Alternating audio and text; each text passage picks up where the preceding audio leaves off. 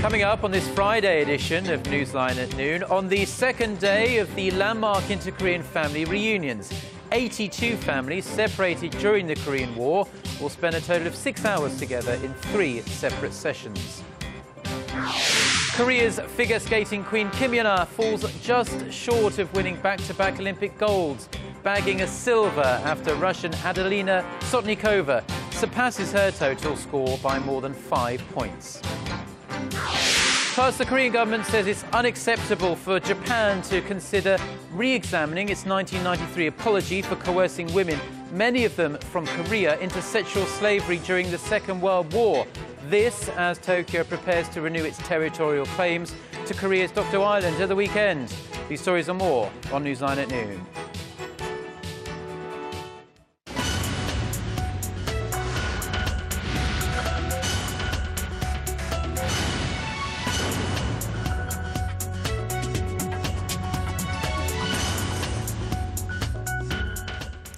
Thanks for joining us. You're watching Newsline at Noon. I'm Choi Yusun in Seoul. Very good to have you with us. I'm Mark Broom. There are sure to be plenty more tears of joy, but also of sorrow today, as the second day of reunions for families separated since the Korean War is underway right now at the North's Mount Kumgang resort. Some 80 families from both sides of the border were scheduled to meet on 3 separate occasions on this Friday, with each session lasting for 2 hours. And for more, we connect live to our Ji Myung-kil on the phone. Myung-kil, take us through the day's events. Well, hello, Mark and Yusun. Just a few minutes ago, a group luncheon of all the participants began, and it's scheduled to last until 2 p.m. It's actually the second reunion event that separated family members have attended today. The first, which were individual meetings between separated family members, ran from 9 this morning to 11 at Oekumgang Hotel located in Mount Kumgang. Those reunions were held behind closed doors in the individual hotel rooms that the South and North Korean families are staying in. There was an unexpected development this morning when 2 family members from South Korea had to leave Mount Kumgang and head back home due to health problems, which really underlies the urgency of these reunions. The 91-year-old man and 84-year-old woman did get a chance to meet with their North Korean relatives during the first session this morning, but it had to be in ambulances. The 2 are headed back to the south right now and are scheduled to pass through the military demarcation line at around 1 p.m. Yeah, that's particularly sad news, especially for those 2 families there, to have the reunions cut so short. So that leaves 80 South Korean participants at Mount Kumgang right now, looking to the afternoon. What's on their schedule? Well, Mark, after the luncheon wraps up, a third event will begin at 4 p.m., where all separate families will gather together for a ceremony in an auditorium. After that, the participants will have one more day to spend with their families on Saturday before heading back home. Once they leave, a second round with new participants will begin on Sunday and run through Tuesday. All right, thank you, Myung-kil, for that report. That was our Ji Myung-kil reporting live on the inter-Korean family reunions that are taking place for the first time in more than 3 years. Now, Korea's figure skating queen Kim Yeon-ah's illustrious career came to an end Thursday night with an Olympic silver medal in the women's event. The 2010 gold medalist finished second to Russia's Adelina Sotnikova. The result wasn't without controversy, however, as our Connie Kim reports. It was indeed a happy adios or goodbye for fans of figure queen Kim Yeon-ah as she drew the curtain down on her career to the Argentine tango music Adios Nonino at the Iceberg Skating Palace in Sochi. Skating last of 24 skaters, all eyes were fixed on the defending Olympic champion as she flawlessly glided across the ice in a black and purple outfit.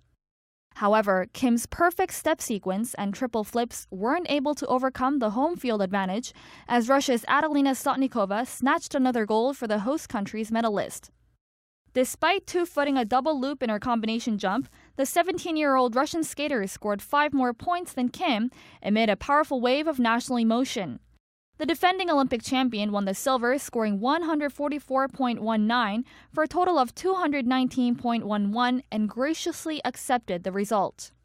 Italy's Carolina Kostner, who is also retiring after the Games, claimed the bronze. Kim's longtime rival Mao Asada of Japan finished in 6th place. Almost as soon as Kim had left the ice, the phrase "Thanks Kim Yeona" topped the trending charts on Korea's main portal sites. Korea's very vocal netizens reacted badly to the judges' scoring for Kim's performance and have taken the internet in their droves, accusing the panel of unfairly favoring the Russian skater. U.S. news network NBC on its official Olympic website questioned the judges' scores, asking its Twitter followers whether they agreed with the result. Also, back-to-back Olympic champion Katarina Witt said although the results will not change, discussions should be held regarding the judgments. The future is looking rosy for Korean skating, however, with youngsters Kim Hae-jin and Park So-yeon making impressive debuts in Sochi. They'll be aiming to hit the top spots in Pyeongchang in 4 years' time. Connie Kim, Arirang News.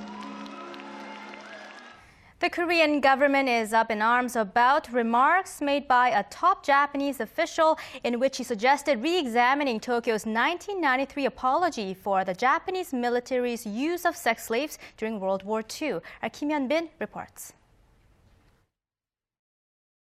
In 1993, Japan's then Chief Cabinet Secretary Yohei Kono apologized for the tens of thousands of women that were forced into sexual slavery during World War II. But on Thursday, Tokyo's current Cabinet Secretary Yoshihide Suga said the Japanese government will re-examine the so-called Kono statement to verify the accuracy of interviews given by Korean women who said they were forced to serve as prostitutes for Japan's wartime military. We will assemble a team of government officials and experts to re-examine the 1993 statement from an academic standpoint. Seoul has condemned Tokyo for making moves to take back its apology and disregard its imperialistic past and historical wrongdoings. Unlike Japan, Germany has made and continues to apologize for its wartime atrocities and compensates victims to this day.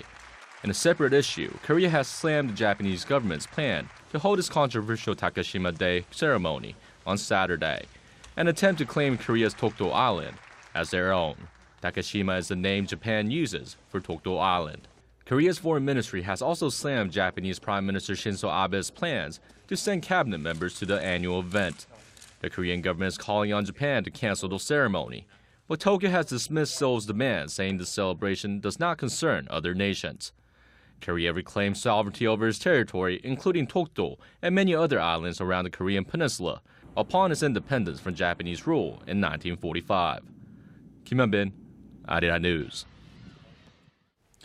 Another chapter in the corruption scandal that shook the nation's nuclear power sector to its core has come to a close. A court in the southern city of Busan on Thursday convicted a total of 74 people on charges related to a case involving forged safety certificates for nuclear reactor parts.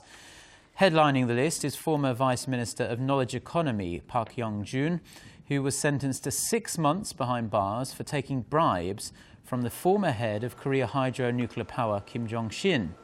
Kim got a much stiffer sentence of 7 years in prison and was fined some $200,000 on similar charges.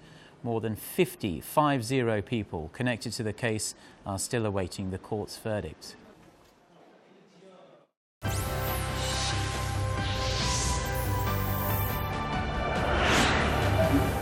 Arirang now on Directv.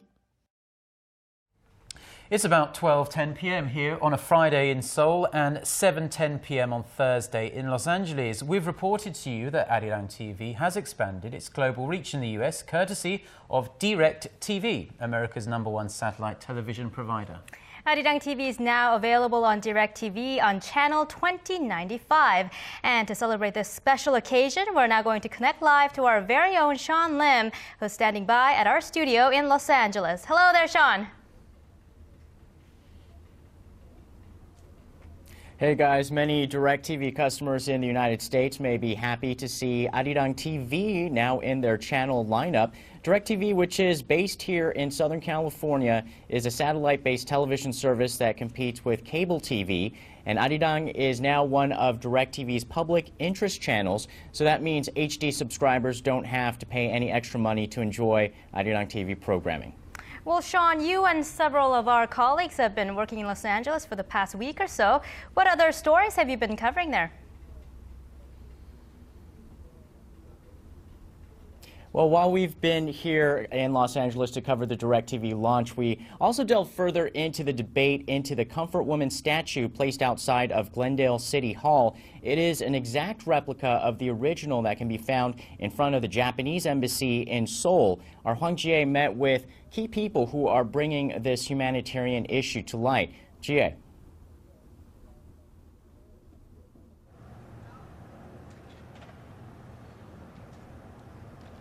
Sean, I'm standing at the Glendale Central Park where the Comfort Woman statue sits, and right behind me, Glendale city officials and a Korean American group say the bronze statue is about remembering the past and educating the future.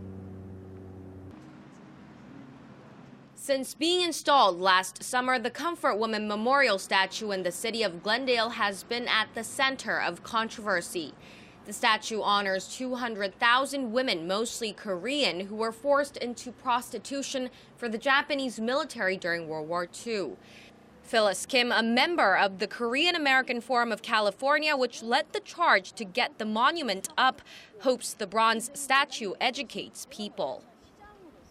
We want the people to know about the pains and sufferings of the victims and what really happened during 1930s and World War II to these women. City officials have been under a lot of pressure to remove the statue through thousands of emails and phone calls, some even from the Japanese government. Glendale City Council member Ara Najarian says, however, that removal is not an option. Several things for those that want to remove it. The first thing is that this statue will not be removed. It will not be taken away forever. All this is adding pressure on the Japanese government, which has been taking an aggressive nationalistic stance recently. Representative Adam Schiff, who along with two other lawmakers sent a letter to Secretary of State John Kerry asking him to address comfort woman issues with the Japanese government, says that such views are broadly held among American politicians. Representative Schiff was also a strong supporter of a 2007 resolution on the issue of comfort women. They should hear an apology. And they should not hear any prominent officials in Japan speaking either with deliberate ambiguity or worse, with denial about this chapter in history.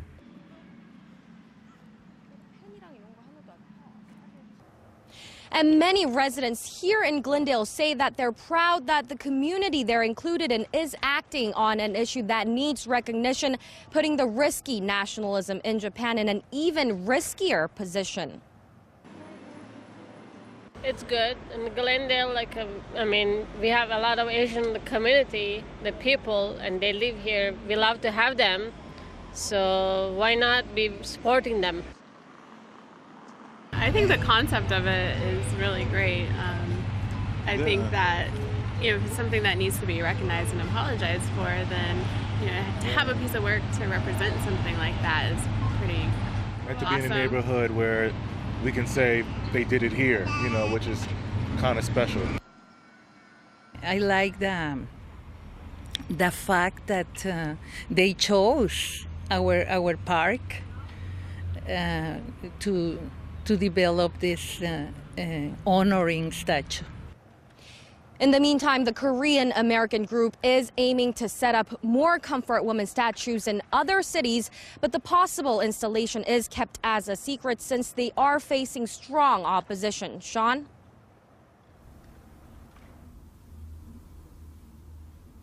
All right, thanks, GA. In another hot issue here in the United States, a new law in the state of Virginia to reform school textbooks seems imminent. Our Kim Han-il over in Washington, D.C. has more on the grassroots efforts to adopt the proper usage of the name EC when describing the body of water separating Korea and Japan. Han-il, hello there. Yes, Sean. The bill is waiting for final approval from Virginia Governor Terry McAuliffe, and sources say it will likely take place in a quiet manner by the end of this month. Well, there was some political opposition to stop this bill, but educators are welcoming the news. Well, I had a chance to sit down with a public school official in Virginia to discuss the impact this will have on the students. Textbook publishers supplying new textbooks to Virginia's public schools in 2016 will be required to add the name East Sea to reference the body of water separating Korea and Japan alongside the name Sea of Japan. This means by 2017, students will likely see both names in maps and history books and atlases. Since 6 other schools in the region also purchased textbooks from the same big-name publishers, the move will affect 7 states in total. An education official from Fairfax County, Virginia, where 40,000 out of 1.1 million residents are Korean, believes the change will have a positive impact on students. I think it's helpful to have the EC designation in the textbooks because we are a very diverse community, and in addition, it's good for students to hear other perspectives, why certain populations might feel a way about a name. I think it brings up a good conversation topic in the classroom. High support from Korean American voters in electing Virginia's new governor also played a role in passing the bill. It's more of a political issue in Virginia. Our current Korean American population in Virginia is 82,000. Our Japanese American population is only 19,000. So I think it was easy for the Korean Americans to make their case politically. They did play a role. Following the success in Virginia, the grassroots movement is spreading to other states as well. Most recently, Maryland, also the state of New York, New Jersey, and California pushing to pass a similar bill. Back to you, Sean.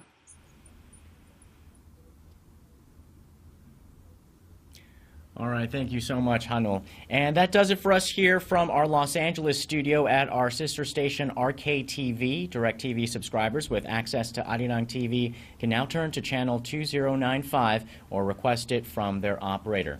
Back to you guys in Seoul. All right, thanks, Sean. You're looking very well over there in Los Angeles. That was our very own Sean Lim joining us from a special studio in LA to mark Arirang TV becoming available on major US satellite service Directv.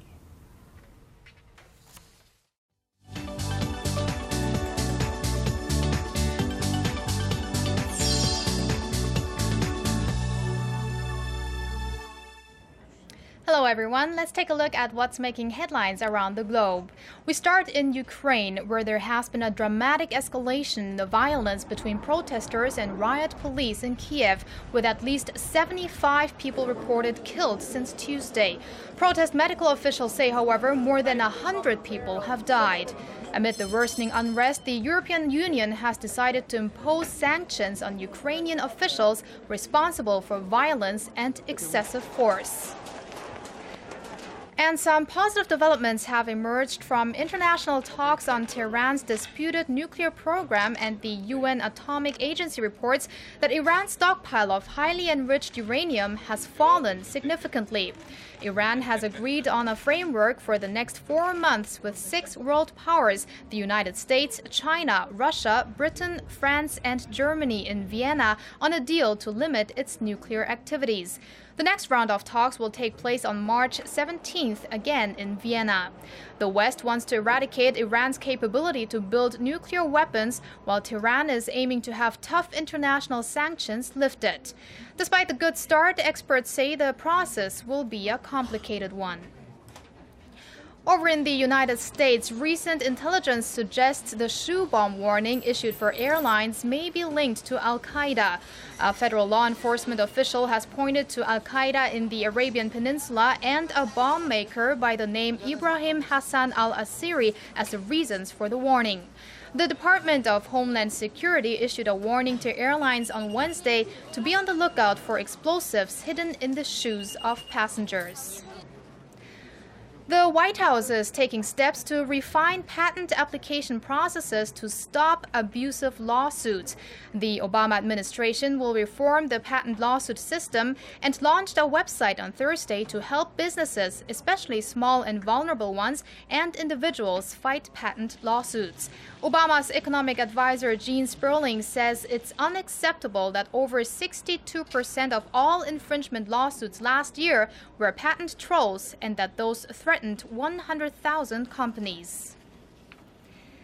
Meanwhile, in Beijing, high level of air pollution is raising concerns. The Chinese capital has issued its first pollution alert as weather authorities are forecasting heavy smog over the next 3 days. The city is under a so-called yellow alert, the second highest level out of a 4-color-coded system introduced in October last year. According to China's environmental monitoring agencies, the current concentration of fine dust particles is at around 370 micrograms per cubic meter. Anything over 300 is considered hazardous. Authorities are asking the elderly to refrain from outdoor activities, for people to use public transportation, and to wear masks. Now, that wraps up the world news for this hour, but I'll be back again next week with more.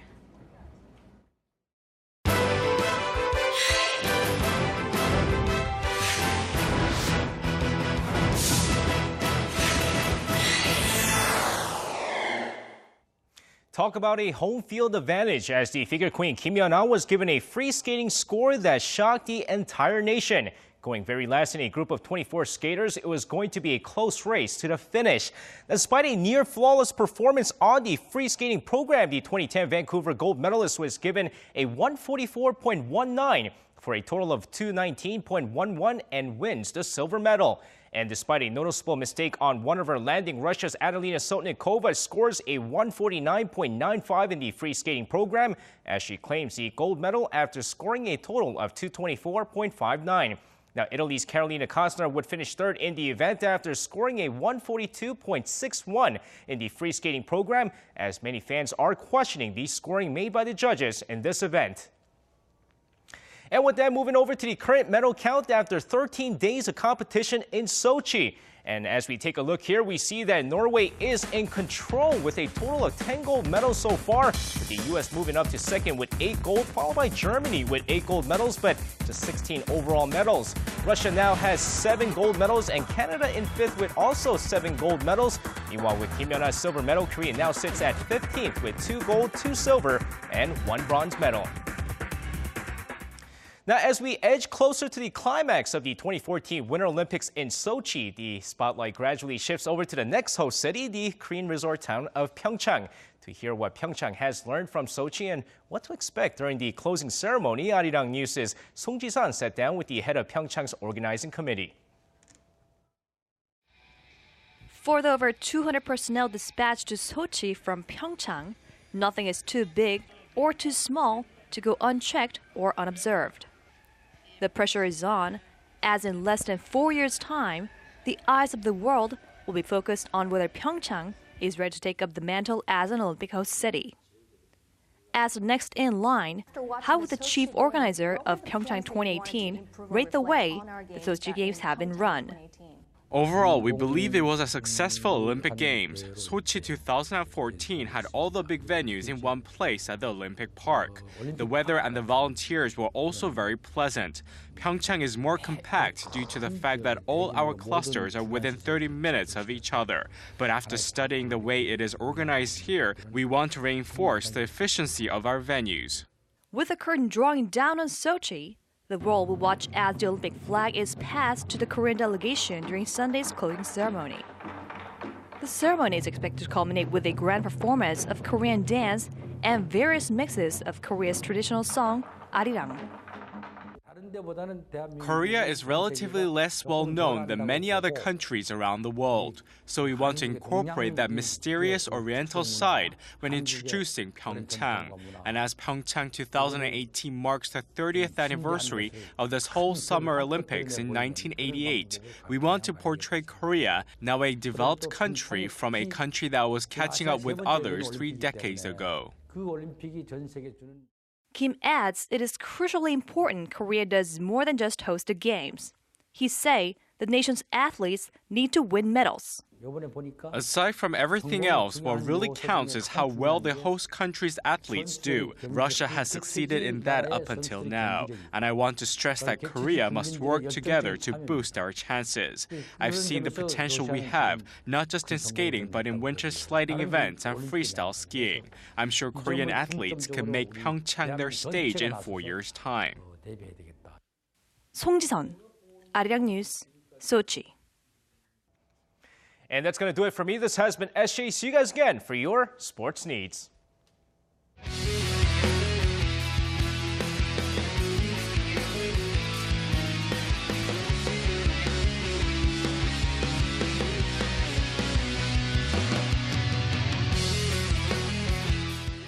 Thank you to SJ there for the sports, and those are the stories we're following at this hour. Join us again for the latest on the day's headlines on our next newscast at 2 p.m. Korea time. Mark and I will be back next Monday for Newsline at Noon.